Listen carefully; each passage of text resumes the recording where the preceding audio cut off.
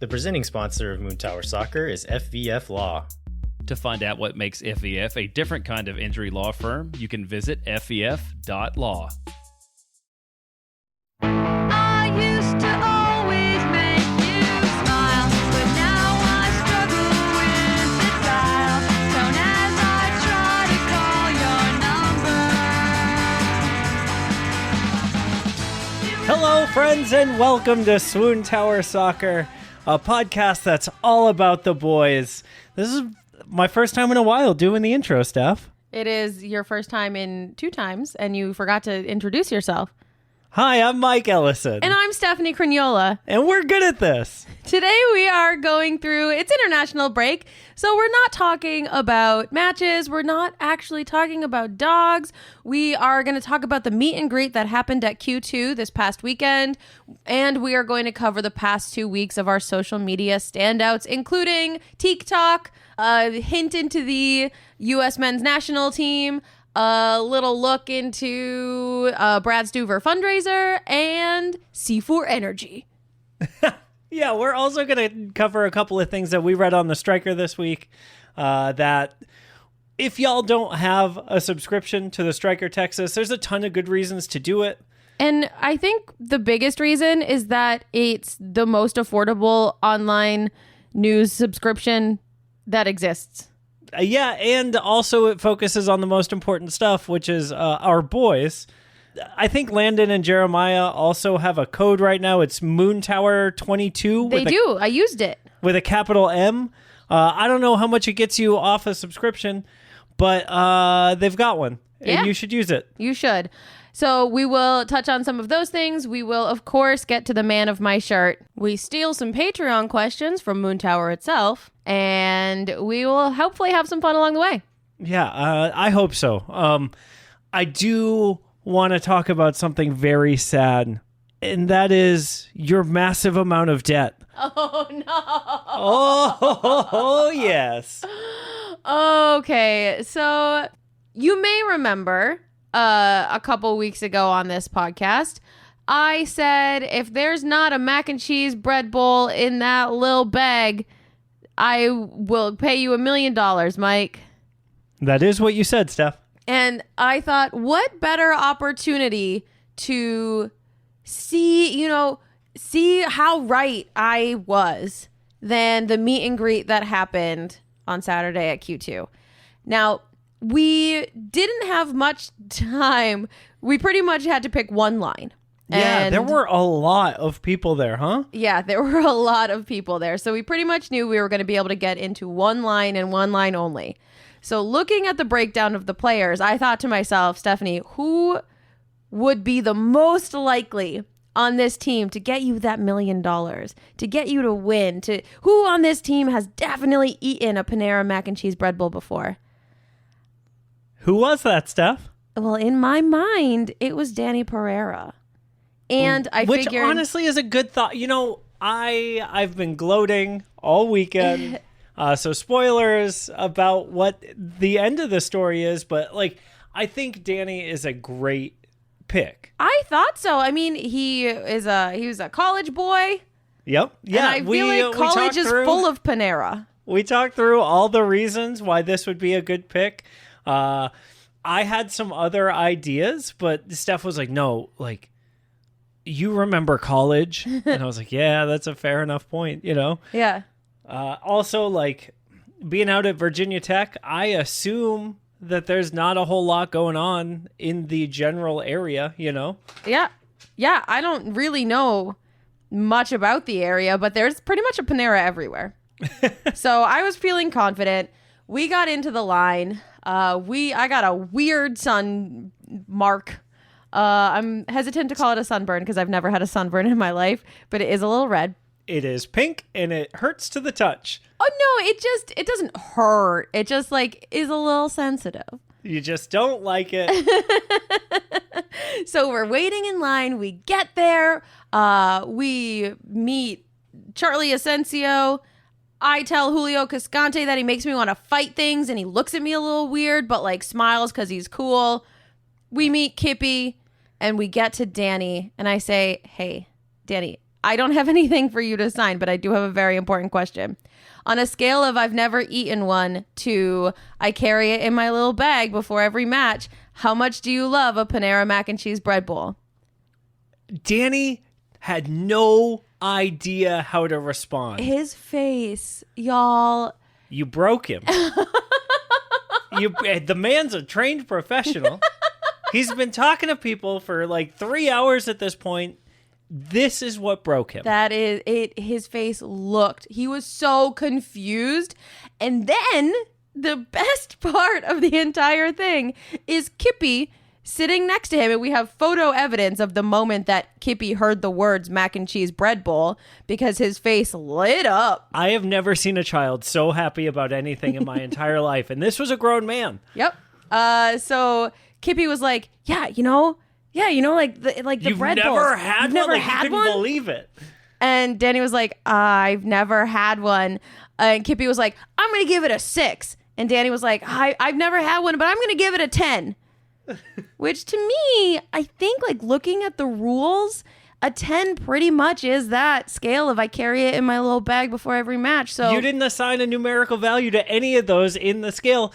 I carry it in my little bag, could be 400. I mean, I feel You know, the like classic 0 to 400 scale. normal scales are 0 to 10. So listeners, we're going to leave this up to you. If you think that I have an out in the fact that Danny did rate it a 10, if you think that I don't actually owe Mike $1 million, I would appreciate you letting us know on Twitter.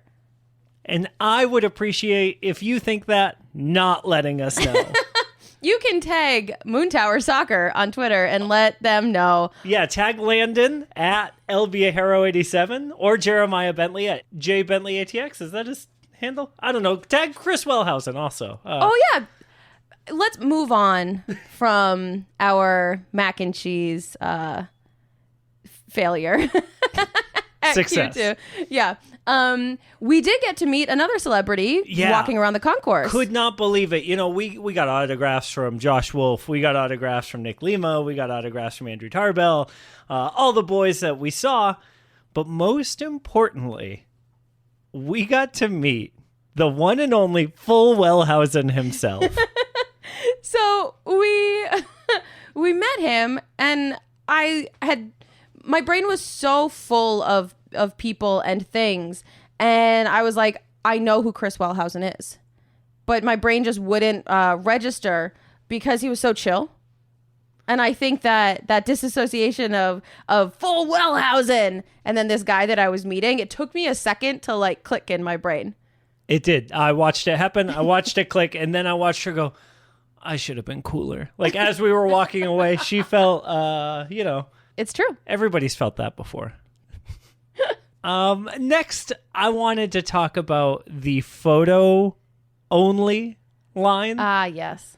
for King Bradley, Prince Rodney, My child. Johan, and Musa Jite. Oh, man. This photo station, we walked the concourse a couple times because by the time that we had gotten through to Danny, all of the lines were closed. All the lines were closed. So we just hung out and watched other people get photos for a while. Which was also super fun and Yes. very cute. Yes. The way the boys interact with like the kids is just so heartwarming and wholesome and feels so good. Yeah, it really kind of reinforces the idea that these are just good boys. Yeah, it was so fun and so cool. And they, specifically this group, had a lot of fun together. Yeah, so I'll talk about Musa and Johan. Sure. After every single picture, where first of all, if you scroll through the link that you actually look through the pictures, they are hugging each other. They're just each other. I mean, Every single picture. the fans are in the middle, next to Brad and Musa, but Musa is not hugging them. Musa is hugging Johan Constantly. the whole time. I mean, their arms. He's turning his shoulders like away from the fans and toward Johan Romagna every single time. Their arms don't leave each other. And It's so cute. as we were watching, every time the photo would get snapped and the fan would leave, Romanya and Gite would just turn to each other and like hold hands or shake hands or high five or hug each other more or joke or laugh. And it is the purest friendship I think I have ever seen. Also, I've never seen someone more hydrated than Johan Romanya. That dude must have had 100 bottles of water because between every photo, he was taking a sip of water. Like Brad Stuver was jealous of the number of water bottles that Johan had at his side. Apparently, Brad was thirsty and was not able to be quenched. That's a sentiment I think we all share. It was hot. You're right. Oh, yes. That's yes. what you meant. It is what I meant. It was hot there. So that, their love, their friendship, and also we didn't account for this in our smile bracket, which I think if we had put this into play, there's no way Romanya would have lost. Consistency of smile. Unbelievably consistent. If you like right Man. arrow through all of those photos, his face does not move. It does not change. Yeah. I mean, it changes levels. You know, his head goes up and down, but the smile, perfect every single time. Incredible. Real Blue Steel action. You can tell this is a man who's perfected his smile. Oh, he has. Mike, why don't you talk about Brad and Rodney? I would love to talk about the other half of this photo quad here because I think that was my favorite interaction to watch between photos because everyone rushed to like be next to Brad Stuver, right? There's something about the man himself as just like everyone wants to be near Stu, you know, all the time. And so watching all these people come up and like circle around him, which means that like they're standing next to Musa Gite and also Rodney Redis in the photos. And so as they're standing together, everybody takes the photo, the fans like thank everyone and then leave. And then Brad and Rodney have like a moment together between everyone. And it's always like just they're saying something to each other. I don't know what or in what language. I don't know if Rodney speaks English. We know Brad speaks solo un poco, right? Is what he says in interviews. So I have no idea what they could possibly be saying to each other, but it looked very warm and like... I mean, it's the same thing with Romanya and Gite, right? Oh, yeah. Yeah. Honestly, watching the two of them, though, you don't know. No, you would never know. You would never know that they're not speaking the same language. I don't think you would with Rodney and Brad either, though, because it was just full of warmth and friendship. Yeah. It was really great. But the height discrepancy between Brad and Rodney is hysterical. It's amazing. All of these photos, y'all, if you haven't seen them, like just scroll through other people's photos. Yeah. It's not weird. It's super fun. Yeah, it was cool. The whole event in general, I think, was... the lines were tough, but that's just because I'm the least Austin person that's ever existed, and I hate lines. I just don't like them. Everyone here loves lines. It's like an Austin thing. People will line up not knowing what they're in line for. Yeah. We had multiple people ask us, hey, what is this line for? After they had been there for like 20, 30 minutes. And so big ups to Austin FC for capturing the spirit of Austin with all of those lines around the stadium all day. I will say the pizza line was super fast. Oh, the pizza was pretty good. What a ringing endorsement. So overall, that event was really cool. And I think just making the players accessible to fans and having an opportunity to meet them and chat with them. And the boys were so kind and so generous with their time. And I think that's the logistical nightmare for behind the scenes, right? They don't account for, if they say this is an autograph station and this is a photograph station, they account for, 10, 15 seconds with each fan. They account for moving those lines quickly through. Yeah, they don't account for Johan and Brad and Musa and Rodney to be signing everything that anyone brings them because they just want to say yes. Or anyone at the Driussi, Gabrielson, and friends table just hanging taking out. pictures with everyone who brought Right. things to sign. So it was really cool just to see. I know that whoever was running the logistics of it was probably like, oh, I wish our boys were more efficient and effective. But as a fan and as someone who, got to engage with these guys, it was very cool to see how warm and kind. And it's a long day for them. It's a heck of a long day. And an even longer day for Brad Stuver. Yeah. So we're kind of moving through our Saturday. We went to see the under 17 team play first in the morning. Yeah, against Houston. They won 3-1 to close out their season. It was super fun. The cutest thing, I think, was number 4's parents. His mom is running up and down the sideline, like screaming at people the whole match, like super into it, dancing along to La Murga. Like, it was very cool. It was really fun to see that level of investment at 11 a.m. on a Saturday morning. Yeah, so much more energy than I had as I'm like sipping my coffee and like trying to stay, focused. Yeah, but it was cool to see a good crowd out there for them. Coming over at the end with all of their little pennants, their flags. Yeah, when they gave, so at the end of the match, they gave pennants to all of the Murga members who had come out to play for them. And then La Murga gave them a smoke, Yeah. like a smoke flare thing so that they could celebrate with the smoke while the Murga sang True Love Will Find You in the End. And it was just really cute and sweet. And So cute. Really fun. you could tell it made like a big impact for the kids, and Yeah. that was cool. Yeah, so that was our morning. Then we went pretty much straight to the meet and greet. And then after that, we pretty much went straight back to the pitch for a fundraiser for Equality Texas and Avow. Yeah. And it was put on by one of the members of Los Verdes, who also sits on the board of one or both of those organizations. And Brad Stuver was there. And it was to raise money for any of the myriad awful situations going on in the state of Texas around women's rights and trans rights and gay rights and all of the rights that are trying to be taken away from our neighbors. And so it was a really special event and really cool. But to bring it back to like The long day that these... the long day for Brad Stuver.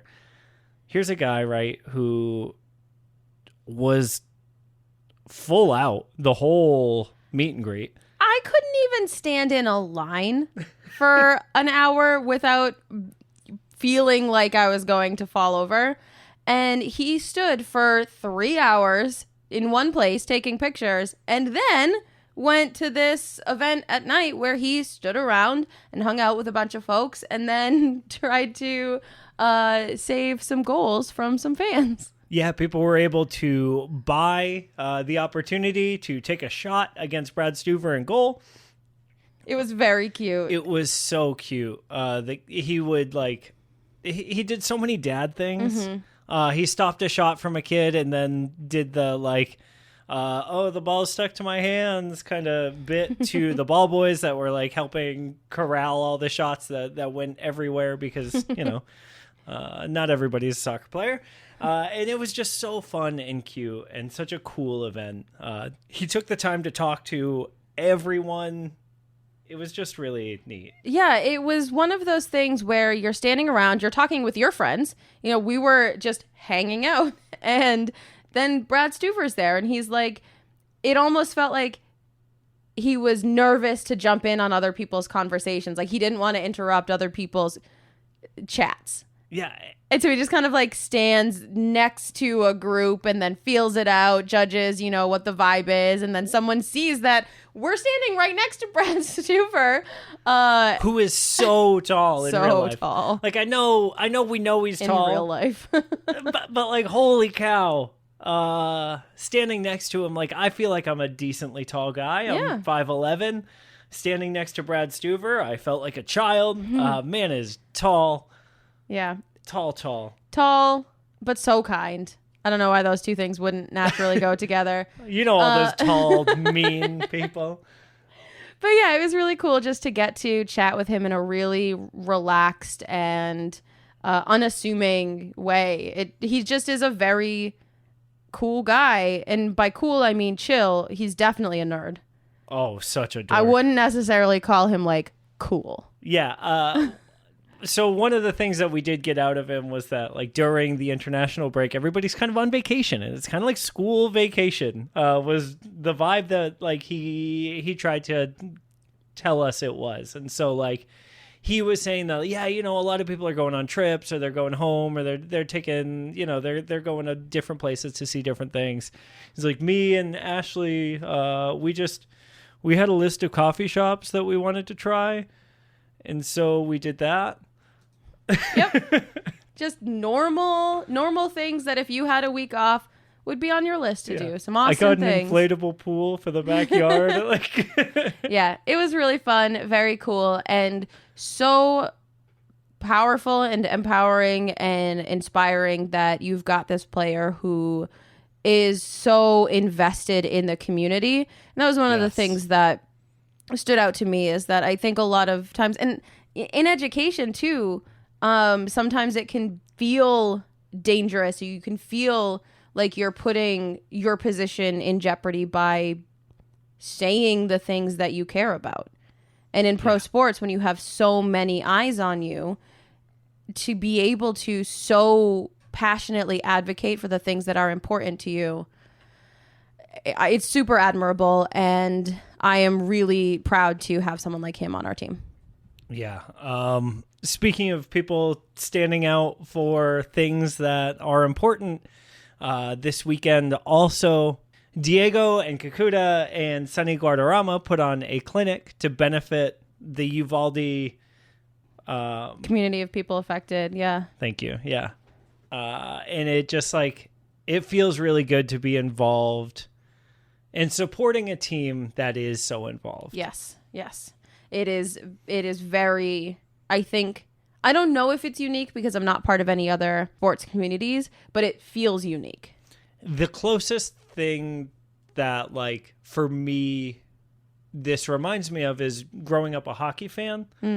Hockey players were constantly doing their own versions of community outreach. It felt like kind of in the bigger sports that those things would be passed through a marketing team, and then right. Like it would all be kind of structured out as part of contracts and stuff like that. And this feels very much like these are the things that are important to the players, and so they go and do them. Yeah. And that is the world we should live in. And I think a lot of times it isn't. So it feels very special to be here.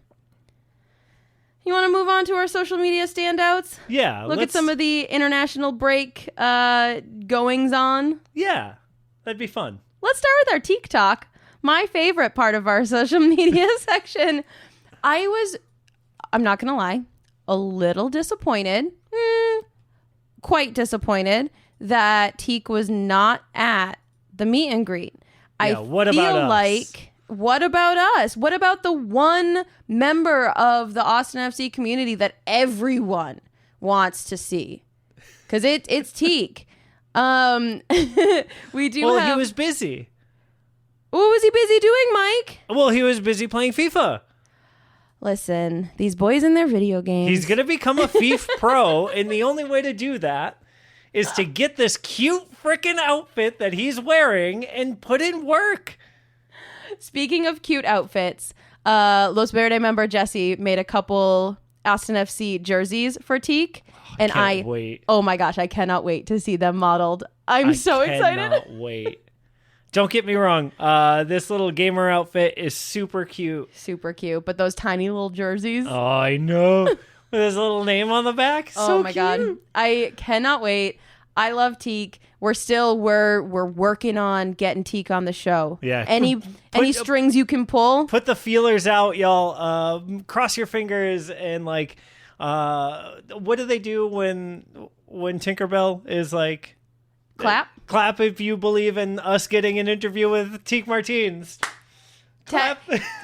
I think our podcast version of clapping, if you believe in us, is tag Austin FC's media team and Austin FC and Felipe on Twitter that you want to see an interview with TIK on Swoontower.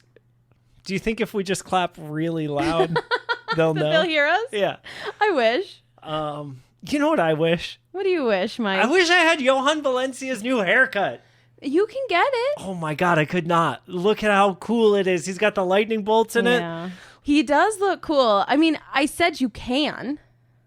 I didn't say it would be a good idea. Well, especially with our wedding coming up so soon, you would. I'm surprised you even said I could. Listen, your hair is. You can do whatever you want with your hair. If Y'all you heard want to it. have lightning bolts in your hair for our wedding pictures forever, you can make that choice. I don't like the way you made it sound so scary. But I was thinking about this, right? So it's an international break and he gets the haircut. Mm-hmm. And do you think now is the time that all of our players are trying out the new haircuts for the World Cup? Is the World Cup haircut thing a thing? Well, soccer hair is a thing, right? Like soccer players always have the craziest, coolest haircuts. And then like of the cool haircuts, there's like a tier of soccer hair, right? That's like the extra big tier. And the World Cup is the biggest stage for soccer. So wouldn't it make sense that you would have your coolest hair for the World Cup? Hey, Mike. Yeah. What team is Johan Valencia playing in the World Cup? Well, I mean, he would play for Colombia, but Colombia isn't in the World Cup. So I'm just saying, who is he trying out his hair for? Well, I think You meant it more metaphorically, not yeah. Valencia. Right. Okay. But I would argue that if I were the sporting director of a national team, you would cast based on hair? Not only, but like the idea that you wouldn't take it into consideration is ludicrous. I mean, look at Weston.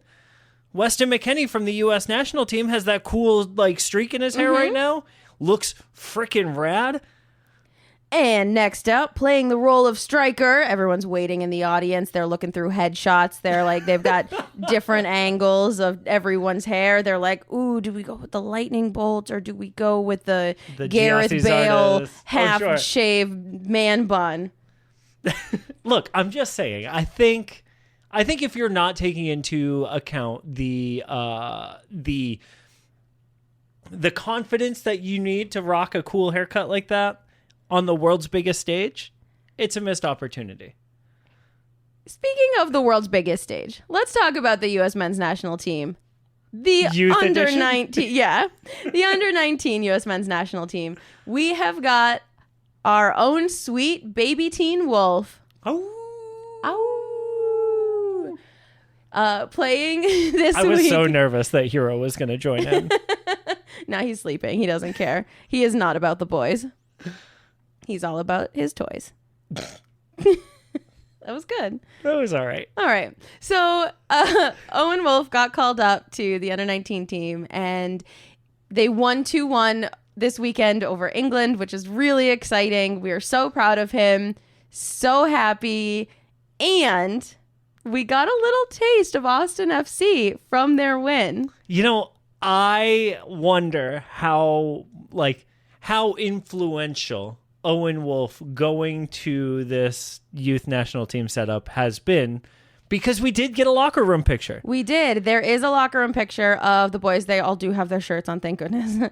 But Owen's in the middle. Dead middle. And that to me says he went, hey boys, let's take a locker room photo. Where are we taking the photo? Right. It's Yeah. what the people want. And he's right. It is what the people want. We want to see that happiness and that joy post-match, the way that any player feels after a win like that. That's what people want to see. That's what people want to know. That's the kind of insight into their happiness that we're looking for. Yeah. Everybody wants to celebrate a win, and everybody wants to see y'all celebrate a win too. So Exactly. keep it up. Keep it up.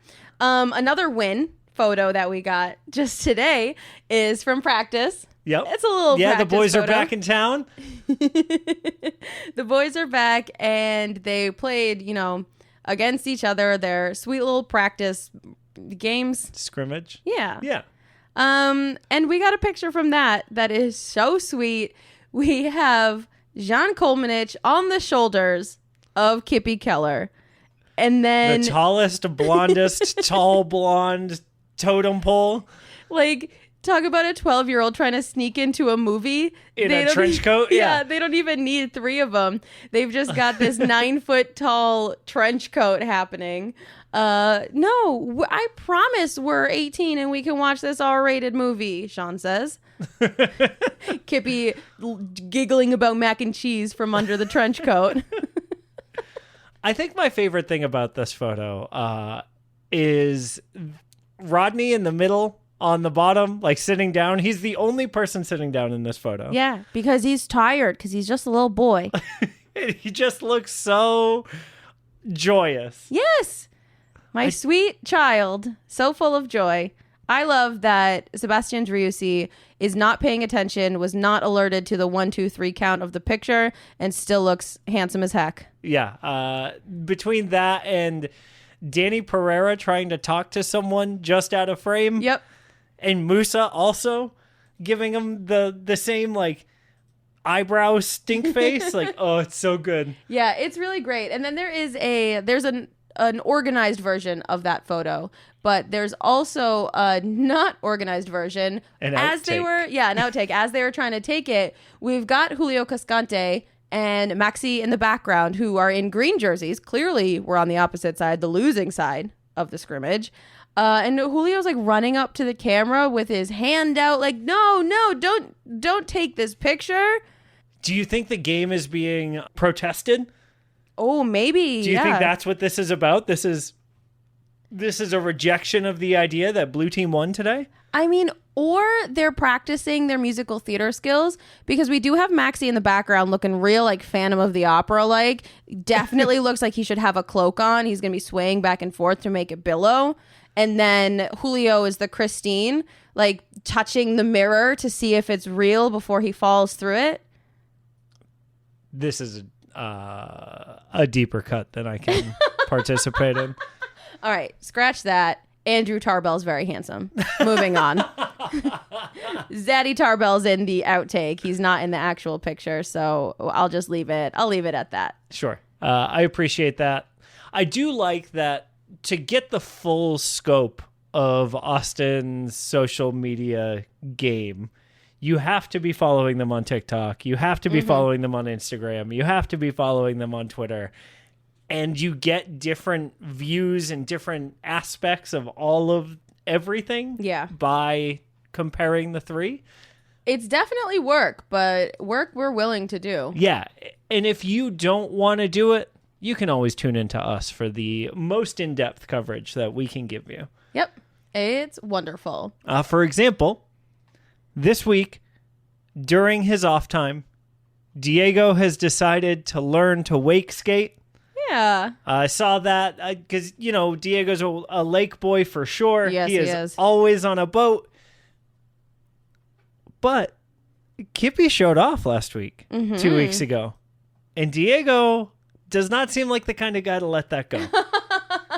You think Diego's trying to this one is up my him? house, the lake. Kippy was like, this is my birthplace. Right. Yeah, yeah, exactly. Like, oh, you merely adopted the lake. I was born into it. Like Bane from... Oh, yeah, that's a reference that's too deep for me to keep up with. Well, fair Should we enough. talk about how handsome Andrew Tarbell is again? Yep. No.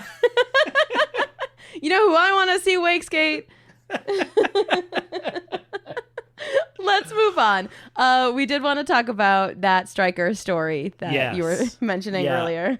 So one of the things that I think kind of goes underreported sometimes is the stuff behind the scenes that make players who they are.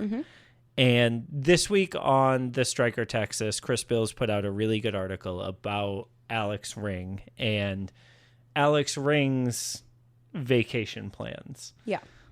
Basically, he hadn't been able to go back home in 5 years at this point, and between COVID and everything else, like that time just kind of kept rolling on. And this is his first chance to go back since his grandfather died.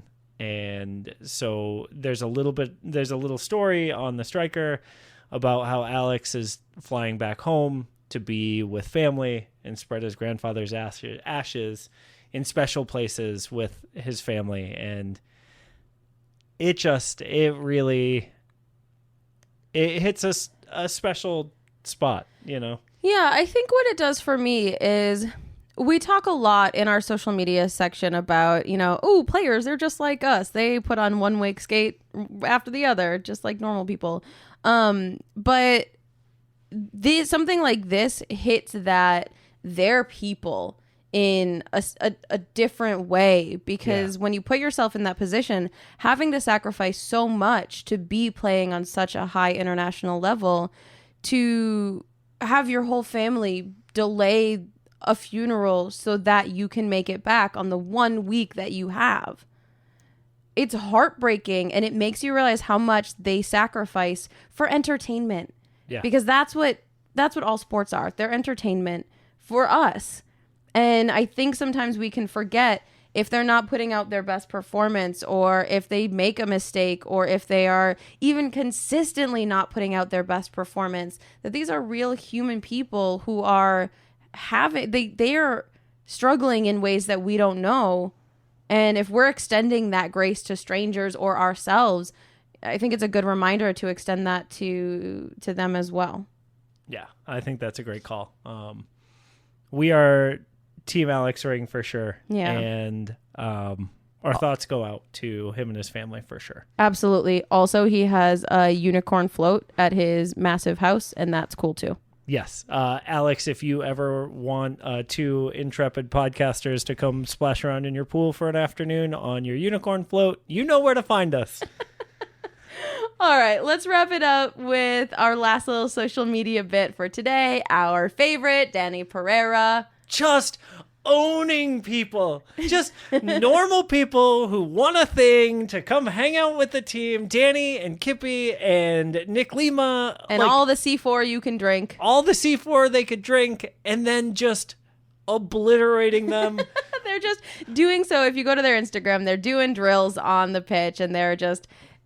They're nutmegging strangers and like just regular people who like don't look like they are bad at soccer, right? Like they clearly know what they're doing, much more than I would out there. I would be helpless and just, it's so fun. Yeah, like it's really funny, really fun. There's a video of Danny and Kippy just talking to the camera, and it gives me hope that this social media manager thing that Danny might have can only extend so far. You really can't rein that kid in too much. Yeah, I am not worried. After this weekend, I am not worried about Danny's social media presence going in a managed corporate direction. I'm feeling pretty secure. Oh my God. Steph? Yes. We got through almost this whole podcast, and I didn't mention the one question I asked Brad Stuver at oh my gosh, the fundraiser. I can't believe this is... So we're hanging out with Brad, and Mike has like one question to ask him for I told him, little I'm podcast. only going to ask you one question about the podcast. Everything else will be just kind of for whatever. And I had to know. I can't. I had to know. And the people want to know. So I asked Brad, okay, give it to me straight.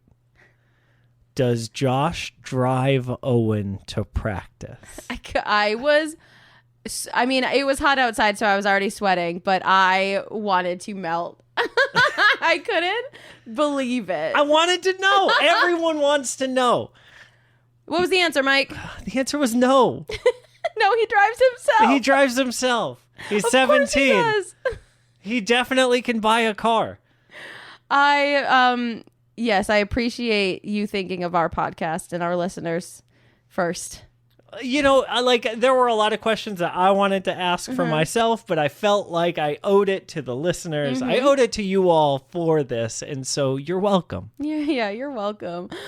Speaking of Brad, the man of my shirt this week is Brad Stuver. He's wonderful. He is funny. He's a nerd. He cares. He's passionate about our community, and he is the best. Yeah. This week, definite mega shout outs to Brad Stuver.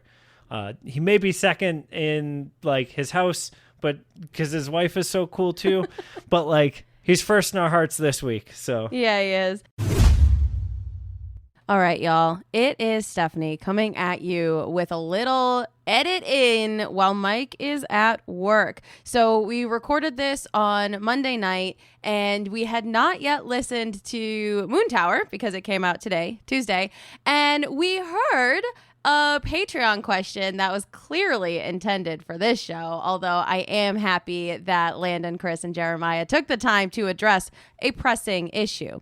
Now, the question is, looking at all of the photos from the meet and greet, is it possible that we have the hottest team in MLS? Now, Tom, I just want to address your question clearly, concisely, and with the educated expert opinion that I have been developing for the past 35 years of my whole life.